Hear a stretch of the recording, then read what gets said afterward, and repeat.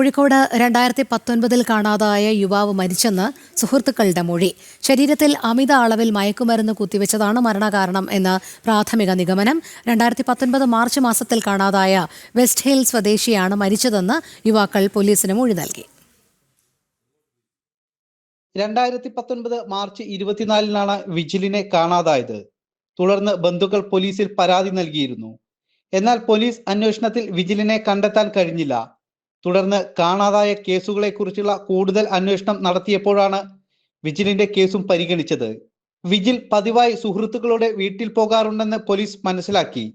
ഇതോടെ സുഹൃത്തുക്കളെ കസ്റ്റഡിയിലെടുത്ത് ചോദ്യം ചെയ്യുകയായിരുന്നു.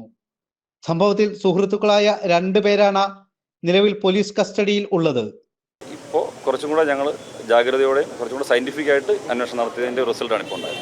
1-ാം പ്രതി ബാംഗ്ലൂരിൽ അദ്ദേഹം ജോലി ചെയ്യുമായിരുന്നു. അപ്പോൾ ഞാൻ അദ്ദേഹം കസ്റ്റഡിയിൽ എടുത്ത് കൊണ്ടുവന്ന് അദ്ദേഹം കൺഫെഷൻ നടത്തി. തുടർന്ന് 2-ാം പ്രതിയെ സ്റ്റേഷനിൽ വിളിച്ചു വരുത്തി ചോദ്യം ചെയ്ത് കൺഫെഷൻ്റെ അടിസ്ഥാനത്തിലാണ് അദ്ദേഹത്തെ 2 പേരെ അറസ്റ്റ് ചെയ്തത്. ഇവരെല്ലാം ലഹരി ഉപയോഗിക്കുന്ന ആളുകളായിരുന്നു. ബ്രൗൺ ഷുഗർ ശരീരത്തിൽ അമിത അളവിൽ കുത്തിവെച്ചതാണ് മരണത്തിന് കാരണമെന്നാണ് പ്രാഥമിക നിഗമനം.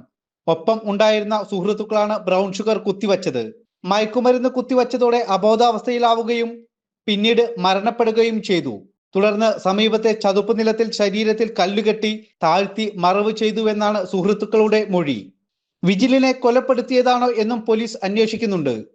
കൂടുതൽ തെളിവുകൾ ലഭിച്ചാൽ മാത്രമേ ഇക്കാര്യത്തിൽ വ്യക്തതയുണ്ടാകൂ.